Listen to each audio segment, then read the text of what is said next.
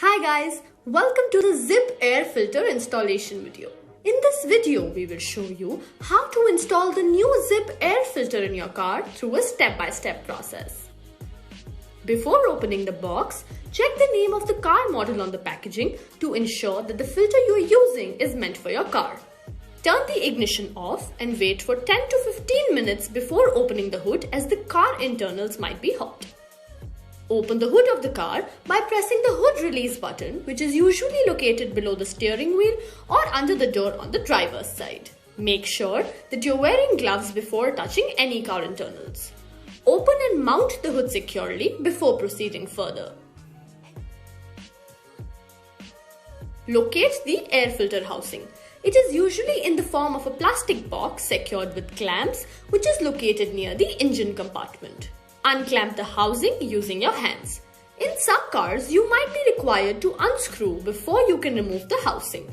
You can refer to your car's manual for the same. Disconnect the air intake pipe and open the air filter housing. Carefully note how the filter was installed while you take it out.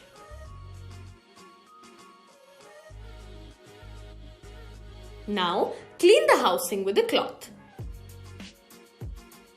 Open the box and take out the Zip air filter from it.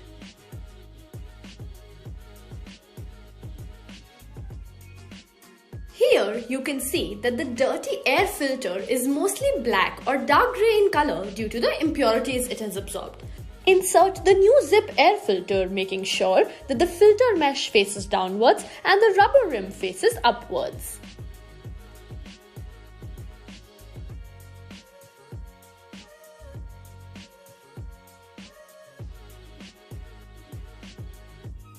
Finally, close the housing and put back all the clamps in place.